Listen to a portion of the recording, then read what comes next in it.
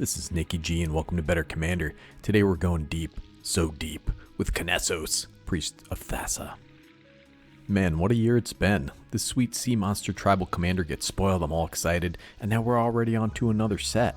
Let's talk Kenessos, Priest of Thassa. Folks, I can't even keep up. I haven't left my room in 3 days, I have toothpicks in my eyelids, and I've started writing deck ideas on the wall with my own blood. But there's budget decks to be made, so like, subscribe, just hit all the buttons. Alright, there he is, the beautiful merfolk man, Kenessos, Priest of Thassa. 1 and a blue for a legendary creature, merfolk cleric, it's a 1/3. If you would scry a number of cards, scry that many cards plus 1 instead. Has 3 and a hybrid Simic. Look at the top card of your library. If it's a Kraken, Leviathan, Octopus, or Serpent creature card, you may put it onto the battlefield. If you don't put the card onto the battlefield, you may put it on the bottom of your library. Alright, first things first, this guy costs 2 mana value, which is really fantastic if you want to build a commander deck around his sweet activated ability. Somebody kills him or whatever, you can bring him back pretty cheap. This is another weird 4-tribal deck. I think Runo Stromkirk is a little better, but what do I know? This is a slightly different flavor, not leaning so much on the graveyard as on scrying and top deck manipulation. The idea will be to put out big threats early and bash in with massive sea monsters. Now the tension in this deck will be between the scry mechanic and the big monsters.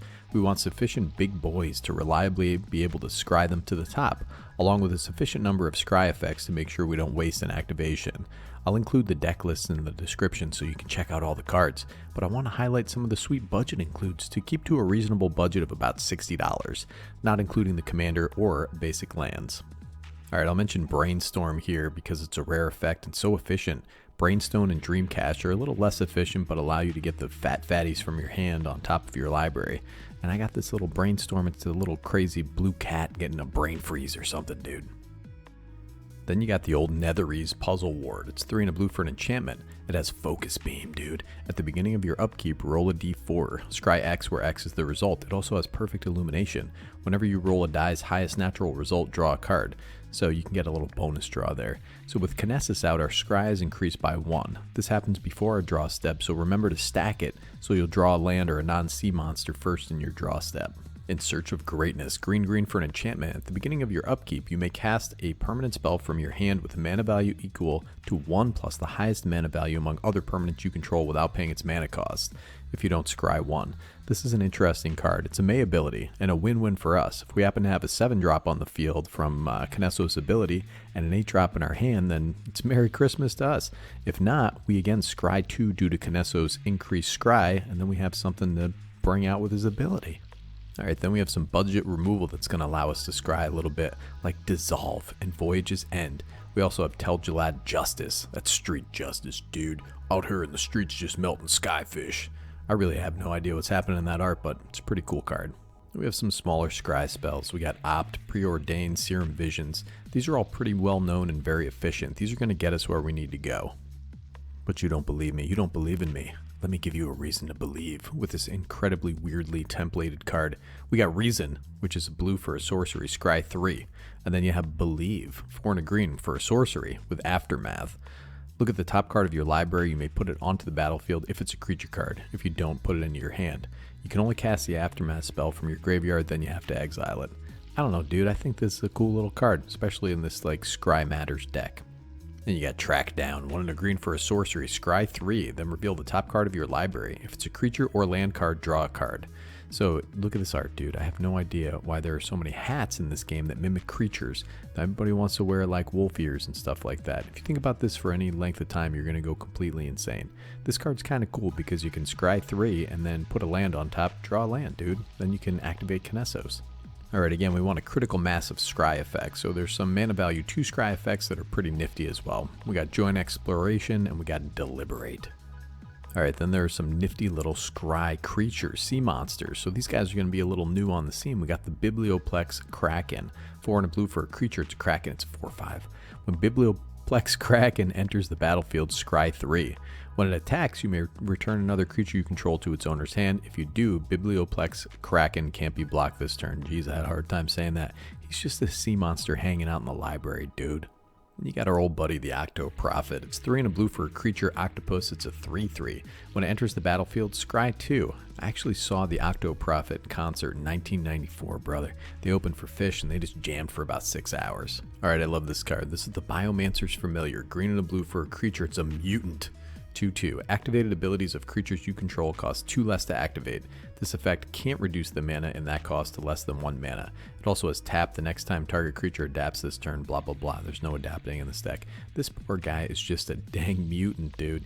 Even though he's sad and kind of funky smelling, he's going to give you his mana juice. I don't know, I feel that's pretty sweet. Alright, before we get into the sea monsters of the crackers and the jello pudding pops, let's just remember this is an activated ability that can be copied.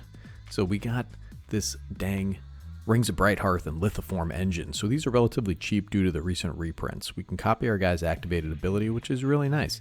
You need to be able to stack 2 sea monsters on top of the library if you want to repeat his ability. Your mileage may vary on these, but there's a lot of scry in this deck, dude. Oh, one more. Bramble Sovereign. So this is 2 green for a creature. It's a Dryad. It's 4/4. Pretty beefy. Whenever another non-token creature enters the battlefield, you may pay 1 and a green. If you do, that creature's controller creates a token that's a copy of that creature. This is also cheap due to a reprint in Baldur's Gate. So you activate Kenessos, then the stupid sea monster ETBs, and you make a copy for 2 mana. It seems pretty good. This card is such a bomb, dude. They were $2 for a while after Baldur's Gate released and still down under $3. Alright, so there's a ton of sea monsters. However, most of them are pretty crappy. There's a handful of really good ones. The problem is the really good ones can be very expensive. How about a little middle ground here? We got Hullbreaker Horror, 5 blue for a creature. It's Kraken Horror, it's a 7/8. Has flash. This spell can't be countered. Whenever you cast a spell, choose up to 1. Return target spell you don't control to its owner's hand. Return target non-land permanent to its owner's hand. I was really high on this card when it was first printed. Then it got a reprint immediately. Such a great card, a beautiful centerpiece for a control deck or just a value Kraken in this deck. And we got Coma, the Cosmos Serpent, 3 green blue for a legendary creature serpent. It's a 6/6. This spell can't be countered. At the beginning of each upkeep, create a 3/3 blue serpent creature token named Coma's Coil. Sacrifice another serpent, choose 1. Tap target permanent. Its activated abilities can't be activated this turn. Coma Cosmos Serpent gains indestructible until end of turn. Speaking of excellent control cards, this guy is really cool. If you get it onto the battlefield, you're going to be making a little coil and it's going to be hard to get rid of. Coma is pricey, like $7. It's going to put your wallet in a dang coma.